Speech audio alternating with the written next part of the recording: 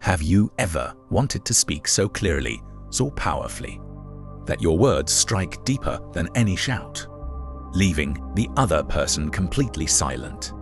Not through insults, not through anger, but through pure intelligence, calm confidence, and unshakable presence. Imagine being in the middle of an argument. The room is tense. Voices are raised. Someone thinks they have the upper hand. And then you say one sentence.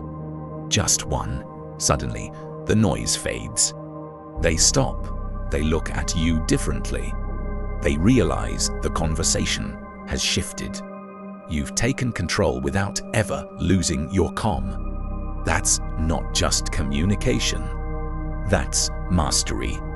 Today, on Stoic Beam, I will reveal 5 powerful responses that can silence anyone, whether it's a difficult boss, a manipulative friend, a family member who refuses to listen, or even a stranger trying to dominate you.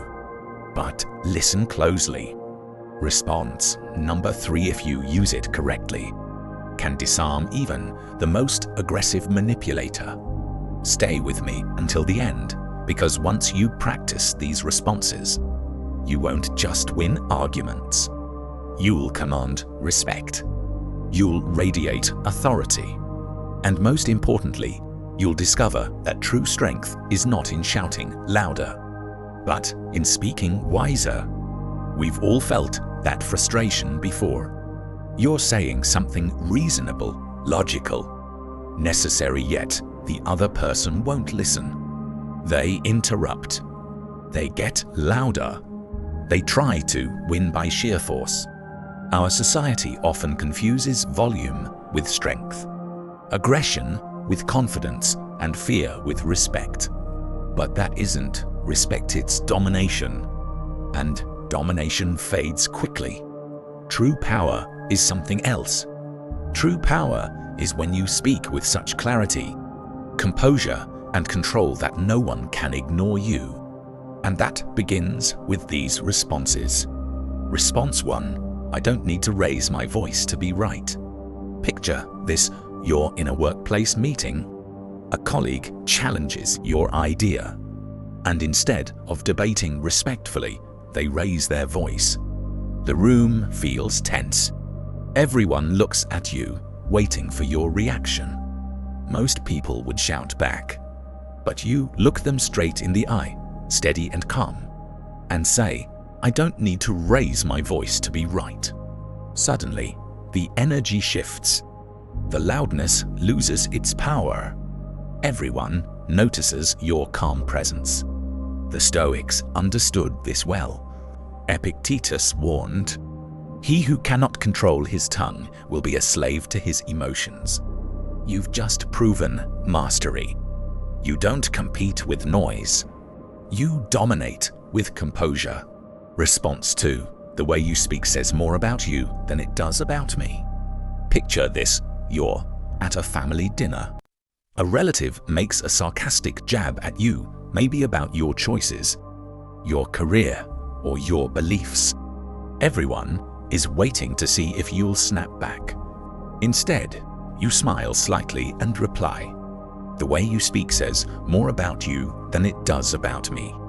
The room goes quiet. They realize their words reveal their character. Not yours, Marcus Aurelius wrote. The best revenge is to be unlike him who performed the injury. You've turned their insult into a mirror. They now see themselves while you remain untouchable. Response 3, let's talk when we can do it respectfully. Picture this. You're in a relationship. You and your partner are discussing something important, but emotions boil over. They keep interrupting you, raising their voice, refusing to let you finish. Instead of getting dragged into the storm, you pause, breathe, and say, "Let's talk when we can do it respectfully." This instantly resets the frame. You're no longer in a shouting match. You've set a higher standard. Epictetus said, "You cannot control what others do, But you can control what you accept. By saying this, you make it clear you accept respect. Nothing less. Response 4. I'd prefer not to continue this conversation. Scenario: you're dealing with a toxic colleague. They're not discussing, they're attacking. Every sentence drips with hostility. Your patience is running thin. But instead of exploding, you stand, collect your notes, and calmly say, I'd prefer not to continue this conversation. The attack dies instantly. You've taken away their power by refusing to play. Marcus Aurelius wrote, "Choose not to be harmed, and you won't feel harmed." Ending the conversation isn't weakness, it's wisdom. Sometimes the strongest voice is the one that refuses to be dragged down. Response 5. That's your opinion, and I respect it, but I don't share it.